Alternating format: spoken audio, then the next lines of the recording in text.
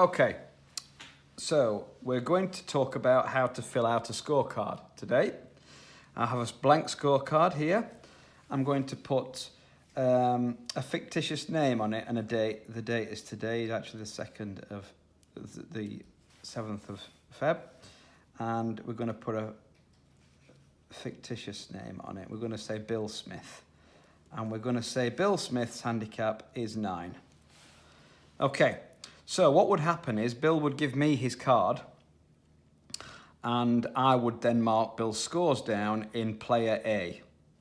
Okay, so I'm going to pretend that I'm doing that and I'll write my own scores down in the marker score, but I won't bother doing that while I'm doing this. I'm just going to write the player A scores down. So Bill scores a 6 on the first, a 4 on the second, a 7 on the third, a 5 on the fourth, 5 on the fifth. He gets a 3 on the 6th and a 4 on the 7th, and then he gets a 5 and a 6. Okay, so very simply marking a medal score is that, marking the gross scores down for each hole that you play. So you then would add those up, so that's 17, 27, 30, 45 is the total of that. And then the handicap of 9 would be deducted from that, leaving us a score of 36. So that would be 45 shots gross, less 9 handicap, 36. And then Bill would sign in player's score. So Bill Smith, and then I would sign as the marker, the person that marked the score. And that's it. You can, if you want to, write the result in the box there that's provided. Okay, so that's simple medal scoring. Okay, so now we're going to write a scorecard as if we're playing what we call a Stableford competition. Okay, which is probably the most common form of golf that we play here at Barlborough. Writing the date in. I'm going to once again play with Bill Smith, so I'm going to mark Bill Smith's card.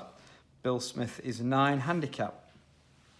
And for the sake of this, we're going to write strokes received in as 9 because that's actually how many shots he's going to get. Now, what you can do, and what Bill should do really in advance of handing his scorecard to me, is just make a note, just a little digit on each of the holes going down the stroke index here. So this is the stroke index column, and what that means is how hard the holes are. So in theory, the third hole here is the hardest hole, and the first hole is the easiest hole. Okay, so in this case, Bill gets a shot on each of the holes, so it's really simple. He's going to mark on every one of the 9 holes. Okay, brilliant. So off we go. So the first hole we play, Bill gets a 6. Okay, so the net score, because he gets 1 shot taken off that, is a net 5. And then the way Stableford's marked is you get 2 points for a par, 1 point for a bogey, no points for a double bogey, 3 points for a birdie, and 4 points for an eagle, and so on. So his net score of 5 is a bogey, which gets him 1 point.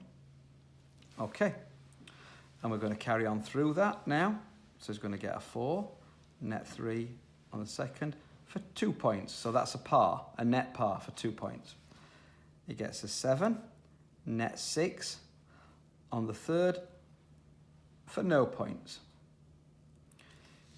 He gets a 5 on the fourth, which is a net 4. That's a birdie, so that's 3 points. He gets a 5 on the fifth, net 4 for 2 points. He gets a 3, net 2 on the 6th for 3 points, because that's another birdie again. Then he gets a 4, net 3 for 3 more points on the 7th, so things are smarting up for Bill on the way around here. And then on the 8th he gets a 5, net 4 for 2 points, so that's a par. And then on the last hole, He has his usual shot into the water and makes a 6. Net 5 for 1 point. Okay, so what you would do in that case now is just simply total up the number of points. 3, 6, 7, 8, 9, 10, 11, 12, 13, 14, 15, 16, 17. So Bill scored 17 points in a Stableford. We'd then transfer that into the result, and I would sign that as marker and hand it to Bill, who would then sign it as the player. And then that would be handed in as a Stableford score. As simple as that. Okay, so now we've marked a basic medal score, we've marked a basic Stableford score. Now we're going to make it a little bit more tricky by, I'm going to enter the date in, 7th of the 2nd, 22. And we're going to use my fictitious golfer, Bill Smith. We're going to use his brother, Bert Smith. And Bert is not as good a golfer as his brother Bill. So Bert plays off 15 handicap for 9 holes. So strokes received are 15, and we're going to play a Stableford with Bert. So working it out now. So Bert gets 15 shots over 9 holes, which means he gets 2 shots on 6 of the holes. So if you simply divide 15 by 9, you get 1 lot of 9 plus 6 over. So basically, on the first 6 stroke holes, Bill gets 2 shots. So number 1, I'm going to write these here in player B just to make it easier to see.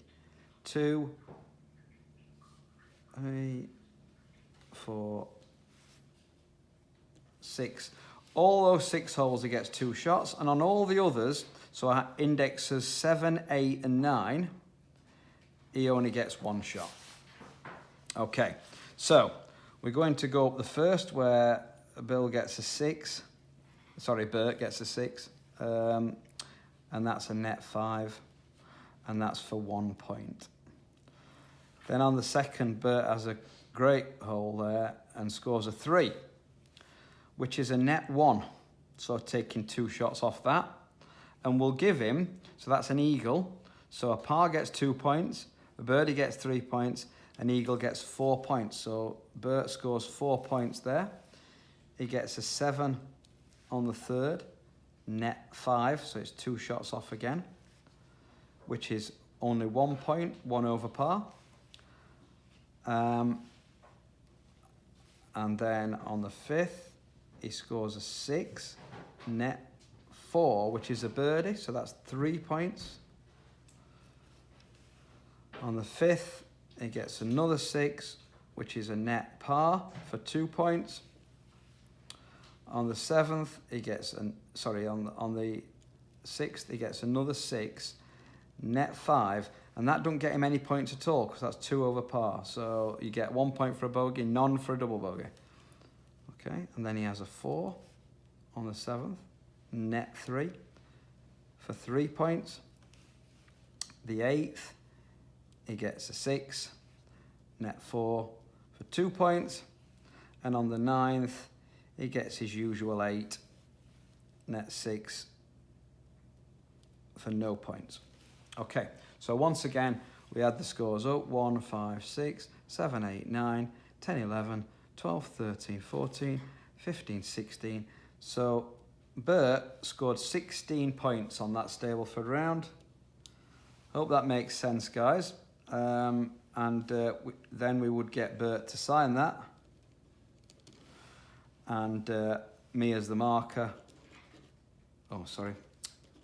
Now there's an interesting thing. I've signed that in the marker's score where it should be actually in the player's score. So Bert should have signed that in the player's score and I should have signed that in the marker's score. But in actual fact, in the rules of golf, it doesn't matter.